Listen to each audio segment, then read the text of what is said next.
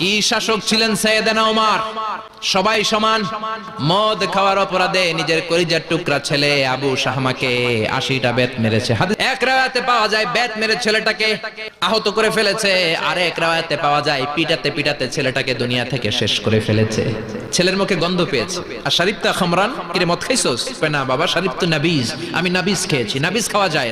নাবিজ হচ্ছে রাতের বেলা আরবরা দুধের মধ্যে শক্ত খুরমা ছেড়ে দেয়।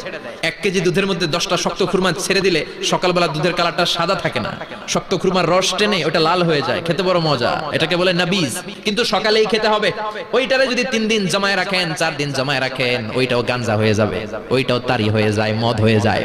সাইয়েদনা ওমরের ছেলে এই কাজ করেছেন, একটু তারির স্বাদ নেয়ার জন্য 4 দিন রেখে দিয়েছে। সাইয়েদনা ওমর বললেন, কি খাইছস? কয় মদ খাই নাই। নাবিজ খাইছস? এদিকে আয়, ইফতাহ ফামাক, মুখ খোল। হা করার পরে মুখের সামনে নাক নিয়ে গন্ধ দেখে মদের গন্ধ, কলারটা ধরে মসজিদে নববীতে নিয়েছেন।